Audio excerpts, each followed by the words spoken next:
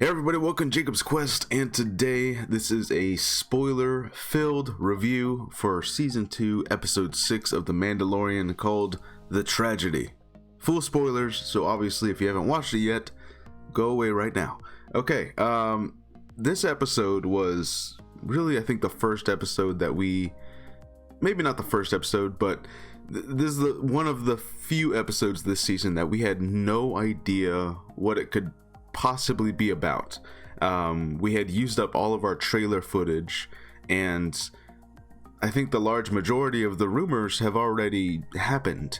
All the rumored cameo appearances and stuff that was supposed to be happening this season has kind of already happened. So this episode, pretty much everyone was going in completely blind. Like no one, who knows what could happen? We know they're headed to Tython, but maybe they won't even make it there. Maybe it'll be like another sort of side quest episode where they end up getting stopped and they have to go on a mission with someone else before they can make it to Tython, and you know, on and on and on. But no, I was very pleasantly surprised. They immediately get to Tython, and you know, I think in Legends Tython is like at the very core of the galaxy or something, or near there, and it's really difficult to like travel that terrain, but they didn't even mention any of that. So you know, if they change that and they're like, no, it's just a planet anyone can go to, that's fine with me. I don't really care. But yeah, they go straight to Tython, and they have, you know, like a little funny scene where he's like trying to get him to grab the little ball like they were with last episode with Ahsoka. So that was pretty good, you know. And they have like a lot of good father-son moments, you know. And this season is really building that up, you know. So if the whole first season was about Mando kind of learning to care about this little kid because it kind of reminded him of himself when he was a kid, this second season was really like, no, this is a father and this is a son. And even though his mission, and they almost directly like address this, like even though his mission is to hand him over to the Jedi or wherever he's supposed to belong, it's like, is he really going to be able to let Baby Yoda go? And you can kind of hear it in his voice because he's like, hey, if the Jedi say they want you to go with him, you have to agree to go, right? And Mando, it's almost like Mando's talking to himself, you know. That's what he's doing. He's kind of talking more to himself because he's like, that's what I said I was gonna do, and I'm gonna do it, you know. But like you can kind of tell he's like, I don't think I actually want to do it now. But in any case, they get to Tython, and they have this funny thing where it's like, okay, this is clearly some sort of monument structure type thing just made of rocks, right? But it's not like inside of a Jedi temple, and there's seemingly no buildings around, right? So this is like a really ancient, like it's more like Stonehenge more than anything. And they're like, okay, I guess this is the Seeing Stone, and it just looks like a rock in the middle of these other rock pillars. So he just puts them on there. He's like, all right, are you seeing anything? So I thought that was funny.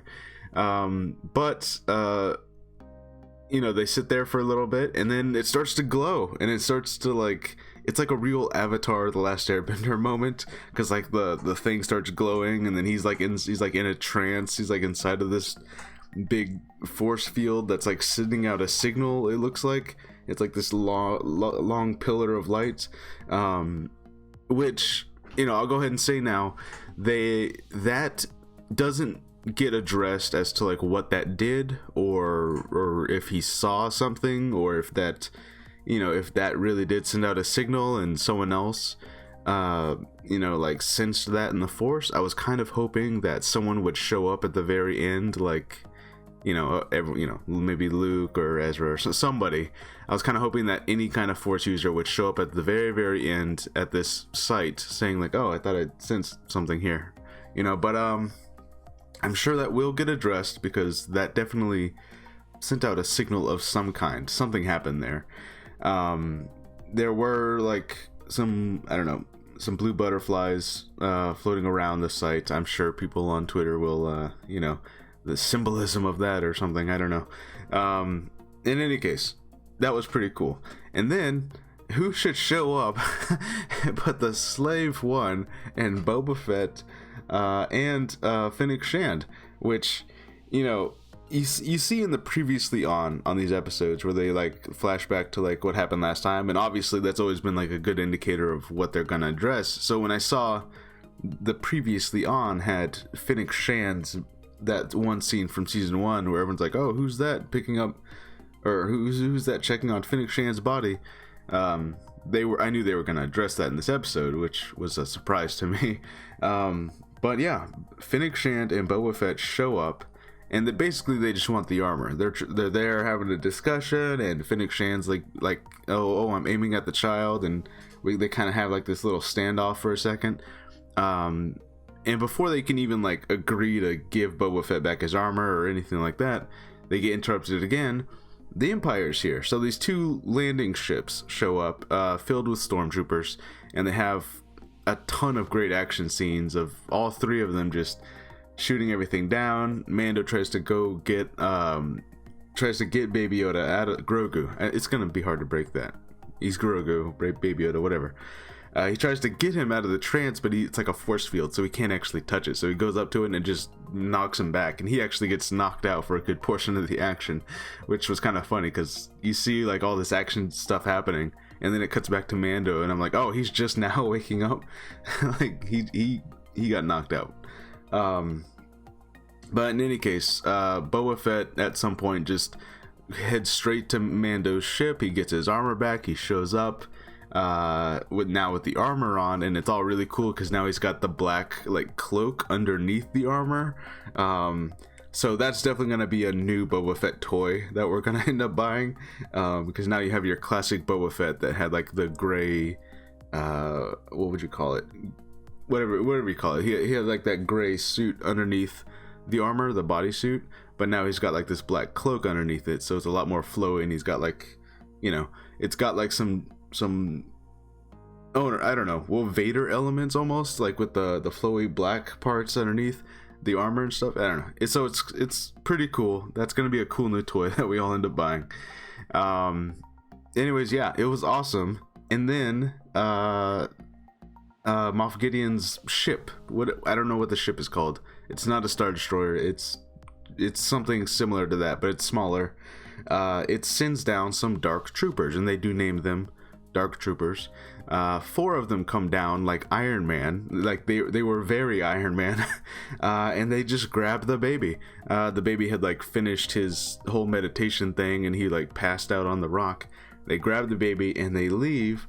And Boba Fett and Finnick Shan, they show, it was surprising to me, they show a good amount of honor here, because they're like, hey, we made a deal that in exchange for the armor, we would help keep your baby safe, and they took the baby, so we're gonna help you get the baby back, which I was very surprised by. I was so sure they were just gonna leave, right? Because Boba Fett's always been, in my eyes, he's always been more of a villain than an anti-hero. I know in some of the other expanded materials he's kind of become hero-esque later on, but yeah, they seem to be jumping full into like, no, he's a man of honor, he's, like, he has principles. And they also address in the armor, he's like, look, this is me, Boba Fett. He has like some kind of codex of, I don't quite understand what I was looking at. It was like he showed like a projection of like some kind of coding going on there. I didn't quite get it.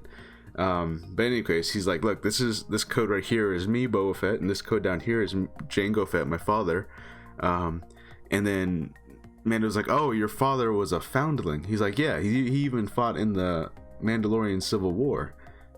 So that raises some more questions, because in Clone Wars, that one guy who turned out to be in league with Death Watch, I guess, said that Jango Fett was not, he said he was not a Mandalorian. He's like, I don't know how he got that armor. But now it's like, no, he was a foundling, and then maybe he was just on the other side. I don't know. I feel like I'm definitely gonna have to do some more research here, because like, or maybe they're gonna explain it, because I'm like, okay, Jango was a foundling, fought in the Civil War. Who, like, oh, what's going on here? I don't know, because I know in Legends Jango had this whole other backstory, so I don't know if they're implying that backstory is now canon, or if it's something else is going on now with Jango Fett. in any case, basically what they're trying to say is that yes, Jango was a Mandalorian at some point, or was the whole time. I don't know. They also say that that armor really is Jango's armor, and I know that that's something that a lot of people were kind of questioning, because there is this there's an episode of Clone Wars where Boba uses Jango's helmet as a bomb, so it explodes and supposedly is destroyed forever. So it must be a different helmet, but I suppose the rest of the armor can be the exact same armor, I guess. At least that's what they're implying now. So there's that. Oh, and then of course the Mandalorian's ship, like the Moff Gideon's ship just like sends down like one like pew, and then it just destroys the Razor Crest. Like that thing is gone. Like and that's the thing, is like the Razor Crest has been through hell between these 2 seasons, and it just got fixed like a couple of episodes ago, but like it's destroyed. Like there's nothing left of the Razor Crest to fix. So I think this is kind of what I thought would happen earlier when it got destroyed earlier this season, but like the Razor Crest is gone. He's gonna get a new ship. I don't think he's gonna end up with the Slave One. I'm pretty sure that's gonna stay with Boba, unless Boba dies, which is possible. If he dies and then Mando takes the Slave One. But I think Mando's obviously he's gonna get a new ship by the end of this season. He's gonna like, all right, I got a brand new ship. But anyways, yeah, so Baby Yoda is gone. He's with Moff Gideon. They have like this whole scene where Baby Yoda is like strangling stormtroopers inside this little cell, very similar to it's the same type of cell that Princess Leia was in, just this holding cell. But he's like strangling these stormtroopers, and he's knocking them out and throwing them around the floor. And Moff Gideon comes in, and he kind of shows him the Darksaber, and he's just like, "Have you ever seen one of these?" Right? And Baby Yoda's, I don't know, Baby Yoda kind of reacted like, "Yeah, of course I have," right? And Moff Gideon even's like, "No, you're not ready for something like this yet. You're likely to poke an eye out or something," which almost, he might have just been making a remark there, but it almost sounded like he doesn't intend on killing Baby Yoda at all. Like he intends on keeping him alive, maybe for his own purposes. Moff Gideon was not afraid at all of Baby Yoda using the Force on him or throwing him around or anything. He didn't seem scared of that at all. And I thought that they were about to reveal that he had Force powers or something.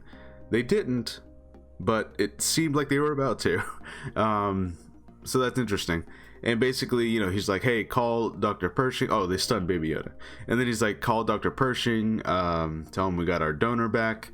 So, we're definitely going to get more scenes of like what's going on with that whole thing, the people in the tubes, the Snoke thing, what their whole plan really is. It's still kind of vague. We have at least a small idea of what it might be. And yeah, basically Mando, Boba, and Fennec Shand all head to Navarro. They talk to Cara Dune, and they're like, "Hey, we need to get oh god, what's his name? The Billy Sharpshooter guy from the season 1. I'm blanking on it's Bill Burr, whatever, the comedian guy. He was with the criminals, and he got locked up with all the criminals when Mando locked them all up. He's like, "Hey, we need to break him out because he can help us get to Moff Gideon's ship." Now, I'm not exactly sure why he would be able to get to Moff Gideon's ship or find out where it's at. I don't really. Oh, he was a prior stormtrooper, wasn't he? He used to be a stormtrooper. Oh, okay. I guess that's where they're going with it. It's because he used to be a stormtrooper. And so he's like, okay, he would know where Moff Gideon's ship is, I guess. I guess that's why they need him. And anyways, basically they go to Cara Dune and like, "Hey, we need to go find this guy." And that's really where the episode ends. So Baby Yoda has been taken, which is something that I thought would happen. I thought that that's where the season is going to end. And it still could be. But we have 2 episodes left. And obviously they're going to try to get Baby Yoda back. They're probably going to explain a little bit more as to what the Moff Gideon is doing with Baby Yoda specifically. Like, what are you doing with the M count blood? Are you making Snokes? Are you making sneaks? Are you just making clones? Are you making force sensitive people? What are you doing? And I really, really, really want this, whatever this signal that Baby Yoda sent out on Tython, I want this addressed, because I was so sure that, like, at the very, very last second of this episode, we were about to see, like, a cloaked figure show up on Tython and, like, show up at that Seeing Stone looking for whoever sent out the signal. I thought that that's how the episode was going to end. It didn't happen, but I'm sure they'll address it, because somebody, maybe Luke Skywalker, somebody sensed Baby Yoda on Tython. That was doing something. In any case, this was a very heavy action-filled episode. You know, and it does, this whole show, you know, especially episodes like this, definitely feel like, just like what Jon Favreau described the show as a long time ago. It's like, it's him playing with action figures, you know. It's like, what, and then Boba Fett shows up, and then, you know, it's just really cool. It's really awesome. I'm kind of suspecting that Boba Fett is going to end up dying at some point, and maybe that's the ship that Mando takes over, because the rumored Boba Fett spin-off show is supposed to be a prequel to this. It's supposed to, I guess, explain what was going on with Boba Fett and how he lost the armor and all that other stuff. So if that's the case, if that's a prequel show and not a sequel spin-off, then it kind of seems like he might die in this show, which we'll see. We'll see what happens. I don't know. In any case, yeah, this was really awesome. Like, you know, we got Razor Crest action, we got Boba Fett action, we got Fennec Shan's return. She's got like a robot midsection. I'm not sure how that even works. I know she got shot like in the stomach, but it's like, how much of her stomach did you replace? Is her like whole bottom half robot now? Like, what'd you do exactly? It was kind of cartoonish, to be honest. She just like revealed like this part, like, look, this is like a bunch of gears in there. So it was kind of funny. But yeah, this was a pretty great episode, and what I love most about it is, like, just like you know, just like the end of last week, we have no idea where this is going. You know, I guess Bill Burr's gonna come back. Who knows what else could happen? I guess this is the Mando, Boba Fett, Fennec Shan, Cara Dune, Bill Burr show. I'm imagining Grief Karga is also gonna come back. And yeah, Mando needs a new ship. Also, I didn't see if he ended up grabbing his jetpack, because he had to put it down at one point, and I don't know if he put it back on. So he might be jetpackless, which would stink, because that was very useful. In any case, yeah, this was awesome. This was I'm really excited to see where this season could end. That whole scene that I have in mind, where like a cloaked figure goes to Tython and tries to look for whoever sent the signal, that might be like a season closer. Like if that was Luke or any other Jedi, like that's what you end the season with, you know, like that's like your last shot of the season. Like someone heads to Tython, they touch the Seeing Stone, the camera pans up, and it's Luke or someone else, and it's like everyone's gonna be like, oh, season 3, you know, and like that would be a great season closer. So that might end up happening. In any case, they need to fight these Dark Troopers. So they showed up, but they didn't actually get a chance to fight the Dark Troopers. So that's going to be cool whenever they eventually do that. And I feel like that might be how Boba ends up going out, is he's fighting like 4 Dark Troopers at the same time and stuff like that. Because you know they got more than 4. They had like 12 or 16 or something. They had a bunch. Also, this did confirm the Dark Troopers are droids. Some people were thinking maybe they were like exoskeletons, but they were very clearly just droids. They were not suits that people were putting on, even though they very much looked like Iron Man. They were just droids. But yeah, that was pretty cool. That was amazing. Man, this show keeps on getting like really high. You know what I mean? Like every episode seems to like maintain this pretty high hype, and I'm almost worried that like if there's one episode that's not as crazy hype and awesome and craziness happens, you know, like if next episode shows up and it's just like an okay episode right before the finale, everyone's gonna be like, no, they ruined it. It's like, you know, I don't know. I'm always kind of worried about fan backlash because the fandom seems to turn like immediately. Remember season 2 or episode 2? Remember episode 2 of this season where like the Frog Lady episode, and there's a lot of people out there who were like, no, this was just a filler episode, and they're all like mad about it. And like, I don't know. Trust these people to know what they're doing. They have it all mapped out. They, you know, they're not filling out an 8-episode season. Like they everything happened for a reason. I'm sure the whole Frog Lady thing, and it'll all come back into play at some point. Just you gotta watch. You know, I'm glad Boba Fett came back. I'm glad Fennec Shand came back. This is all headed somewhere, so this is awesome. Anyways, let me know what you think about this episode. Yeah, and I'll see you guys on the next one. Bye.